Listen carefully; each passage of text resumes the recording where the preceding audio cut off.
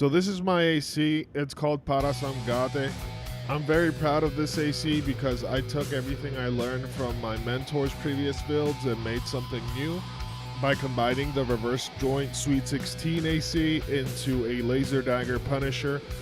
I streamed on Twitch a couple times using this AC mainly, but since so much time has passed, it has allowed me to learn a lot about the game's mechanics, such as stagger extension through shotguns and also delaying laser dagger attacks so that they extend the combo. Alongside that, also some information about how to properly build your AC. So I bring you this version of the AC, which was actually capable of getting me to S rank in this last season. Here's the evidence that this build got me to S rank this last season. I want to stress that getting to S rank isn't necessarily a reflection of skill for multiple reasons. It's really mostly about persistence and getting lucky. You can also kind of rig the system if you're playing around a time when not a lot of the top players are playing. This was around my third S rank attempt and I managed to get it against this player called This Old Dog. So I got rank 378 once I got into S rank, but right now it's probably around 800, which is why I'm stressing it's really about luck. So in this example, I played against a ranked 1 player, which of course isn't very fair. And in another example of where I failed my ranked match, I played against this person who is a hard counter to my build for various reasons. Why? This is a player who has very high attitude stability. In other words, it's hard to stagger them. They have shields. They have also kite weapons. And they are kiting. So on this occasion, I actually managed to stagger him despite all of this, and look at what happens. How's that? Huh? Impossible! That was a direct hit! So I lost that match, and you need to win 8 out of 10 matches in S rank. But then I tried again and I got it. So this is just a stress that it really is about luck and, to a degree, skill. So I'm not sure if this is actually Wolfgang Schreiber, who's rank 13. But this is the AC that he's using. So, you know, Armor Core 6 is all about just counters and adapting. But I just wanted to highlight this to show that this build actually does have potential. It isn't like top tier, obviously, because you have so many counters to it. But it can get you to S rank if you try hard enough. And I'm proud that I managed to make an AC that plays differently from a lot of the meta stuff. That is also very fun to play and skill-based as well. Make it to S rank.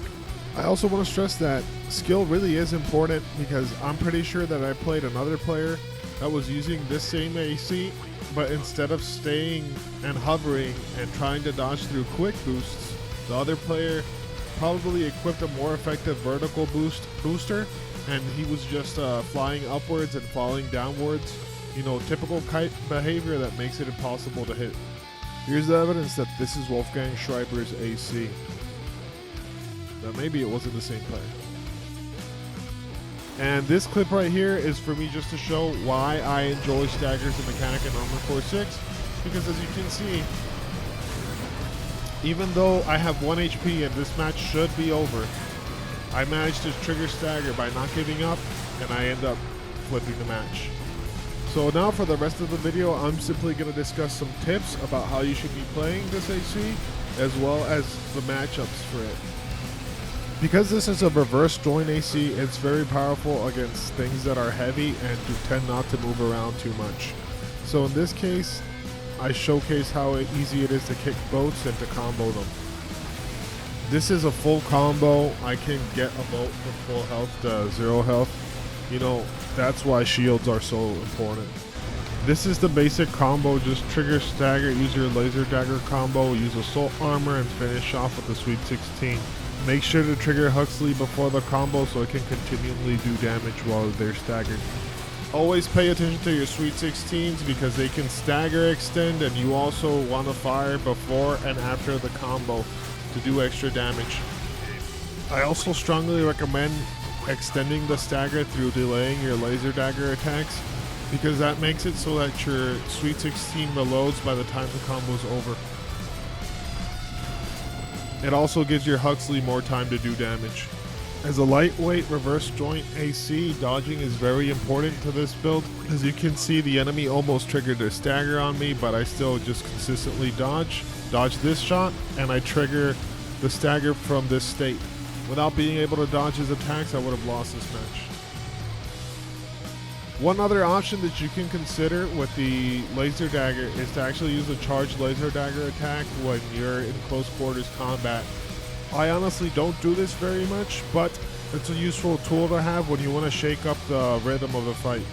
Here's another tip: you can actually trigger stagger with your dagger. I usually do this when my Sweet 16s are reloading and when I'm fighting enemies that are trying to stay close to me. I recommend not using this against heavier ACs unless you're 100% sure that a dagger attack is going to trigger their stagger. Speaking of important things, it's important to master canceling melee attacks. You can cancel melee attacks through quick boost, but also through assault boost. In the same vein, make sure that if you're going to melee cancel, the enemy's not too close to you, because if they're too close to you, you won't get the option to cancel. Now when it comes to this, I just want to highlight how good reverse joint kicks are against wheelchairs. Kicks just have fantastic tracking against these ACs. It's the same for tanks. Kicks have fantastic tracking against tanks. But I want to highlight how I approach fights against tanks with this build. So in this case, I don't just stay on top of the tank because I know he can melt me at any moment. What I try to do is accumulate enough stagger so that the next time that I get close to him, I will be able to trigger the combo. As you can see, he has terminal armor, so now I have to be able to dodge, and then I can just kill him easily with the Sweet 16s or Huxleys because they have a wide spread. But basically, as you can see, I'm not really committing full throttle to the fight. I just try to hit a combo or trigger stagger, then I run away. This is what you want to do against tanks because they can't really follow you, and because you can get killed by them at any second. So basically, I'm just trying to make it so that I fight against them when I have all of my energy and resources available. So what I'll do is just joust at them, basically, shoot my Sweet 16s and see if I can kick them. Then I'll back off while focusing on dodging, and then I'll go for another joust to actually trigger stagger and be able to combo him. Because I know he has terminal armor, I immediately jump after the combo and run away. So yeah, when it gets to S rank, you need to start adopting these kinds of strategies. Now here's a fight against Wexton, who I have on my friends list. I just want to highlight how he has Werger and Laser Blade, and both of these weapons are actually very strong counter against my build. The reason they counter my build is because I want to joust and head towards them, but both Laser Blade and Werger are capable of staggering me in the moment, and they have great tracking. However, I just want to demonstrate that if you know what the enemy is going to do, you can still kind of play around it and try to bait these things so that you can still hit your combos. In this next fight, you're going to be able to see a better demonstration of why Wergers actually counter my approach. Just look at what this player does.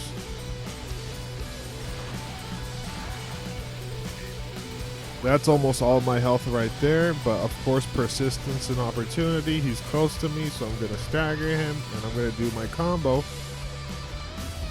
and we win. Here's something that's very important to highlight. It's the fact that this build can outdamage and win against dual Zimmermans. The reason for this is because the Sweet 16s can trigger stagger quicker than the dual Zimmermans, which my build capitalizes off through the laser dagger afterwards, okay?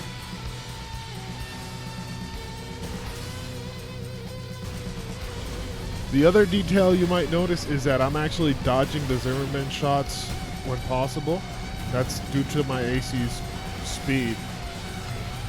I also want to highlight a bunny hop technique I use a lot on this build. Basically, you jump as reverse joint and then fire both of your Sweet 16s. It's much more accurate than you'd expect, and I've caught a lot of people off guard doing that.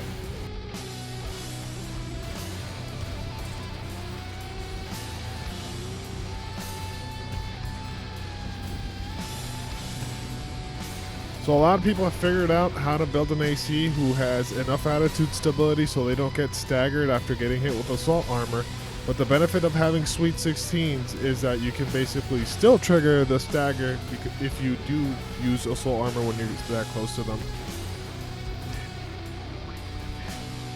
Here's a perfect demonstration of extending stagger through laser dagger in order to have more damage done through Huxley. Here I don't show it, but it's important to know that when you get staggered, your Huxley gets deactivated, so you need to reactivate it. Always be paying attention to your Huxley. By the way, make sure to make it a habit to deactivate it when necessary, because you don't want it to overheat ever. It should only overheat if you're using it like in the last moments of your life, or if you want to punish the enemy, or you desperately need to trigger the stagger and need it to help you. So here's where things actually get very complicated. The real counter to this build is essentially shields, but I still demonstrate a lot of different matches where I end up winning against shields. And the reason I believe that this does occur is because the damage from the Sweet 16s is just overwhelming the shields. In other words, as long as you just stay on top of them constantly, use all the tools at your disposal to keep hitting enemies and accumulating stagger and making it so that their shields overheat.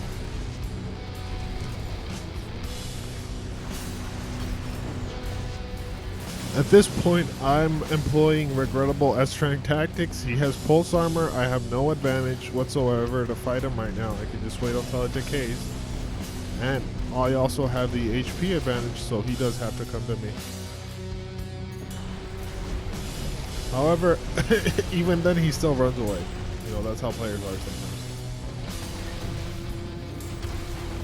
So the other reason that Sweet 16s might be working in these cases is because the enemies are mistiming their initial guard. The other thing that I have noticed consistently is that sometimes shield players, I guess they feel a little self-conscious or something, and they try to actually assault boost towards you and kick you, and that just leaves them open to get counter-kicked, or you can just shoot your Sweet 16s in their face.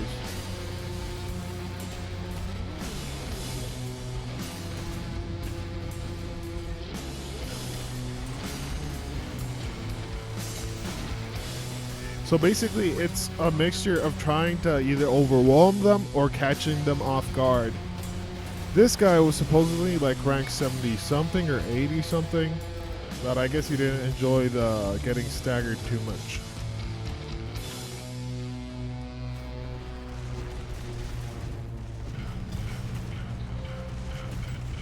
Now this guy's much better. He knows how to move around in order to avoid being shot or kicked.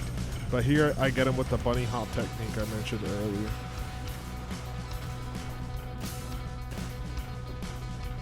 Here I want to highlight that because both of my weapons are reloading, I switch to the dagger to keep pressure on him and keep doing damage.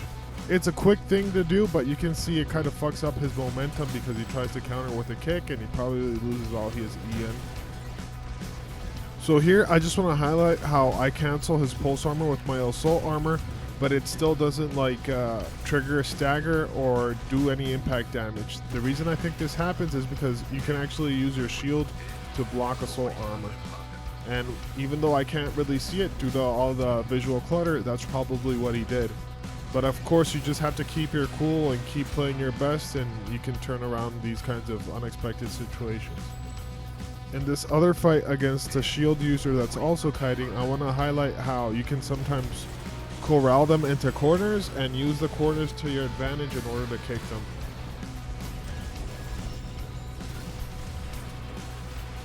In this next clip, you're going to see use case for the charged laser dagger in close quarters combat. I saw that he liked jumping from side to side instead of backwards, and he liked to be close by, so I knew that it was a good opportunity to use it right there. So moving forward, I'm going to start describing all of the hard counters of this build. One of the biggest hard counters is a vertical kite, as you can see here in this video. So this guy's running earshot and coral missile. The danger of coral missile is that, of course, it can trigger stagger on you as you are punishing your own stagger. That's one thing that you have to be keeping in mind. The earshot makes it so that if you try to follow this person on the ground, he's going to punish you. You're going to see him use that right now.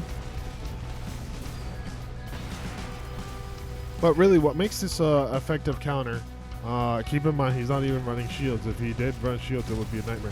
But what really makes it an effective counter, as you can see, it's an AC built for vertical movement. So even if you do trigger stagger on him, if you trigger it while he's in the air, you're not going to be able to capitalize or punish that stagger, because melee attacks cannot go downwards or upwards. They're always at an angle, a horizontal angle. The other thing is that even though they're kites, right, their weapons still deal a lot of impact damage, and they can actually stagger you.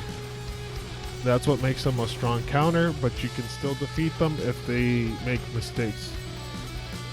The other build, which is a very strong hard counter, which I personally think is completely unbeatable if you're using this build, is the missile bolt with a coral generator and a shield.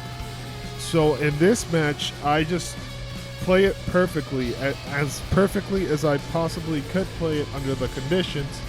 But as you can see, it's just simply not a viable thing, because by the time I get close to him, almost all of my EN is gone. He's also probably going to hit me because he has a charged nebula, so he can just shoot it at the floor, at the skybox, or around, and it's going to damage me. He has the coral rifle as well, which it does a lot of consistent damage and a quick pace. And the guy has a fucking shield, so not only do I waste all of my resources and take damage from him, the damage that I'm going to do to him is going to be severely reduced, and he's going to have enough space so that the shield and his attitude stability recover. I forgot to mention the guy's running the missiles that stay in place, so if you do try to chase him, you also have to worry about the missiles that are coming from behind you. All of those factors make this build a complete nightmare to play. It's simply unwinnable. No offense to Fancy Bell, Yossi, or anybody else who likes to run these kinds of missile bolts, but this is the build that you want to play if you want to win. It's also the build that you want to play if you want to play 2-minute matches. Alright, this next counter is a pure kite. That's it. It's just a kite that's built very good, very meticulously. It has good quick boosts, which means it can actually dodge my jousts. And it can also dodge the assault armor.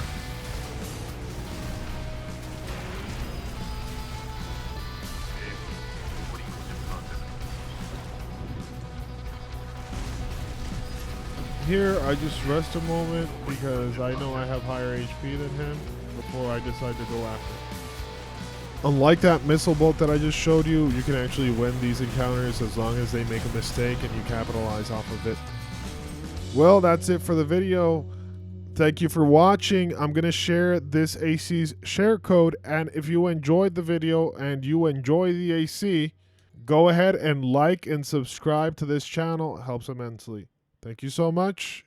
Don't know when I'll see you next, because I kind of make content whenever my hard drive fills up from too many recordings and clips. I have another AC that I'd like to show to you all. It's a double melee, which I think has more competitive viability than PARASAMGATE. But yeah, if you've never used a melee AC or Sweet 16s, just use this AC and let me know how it goes.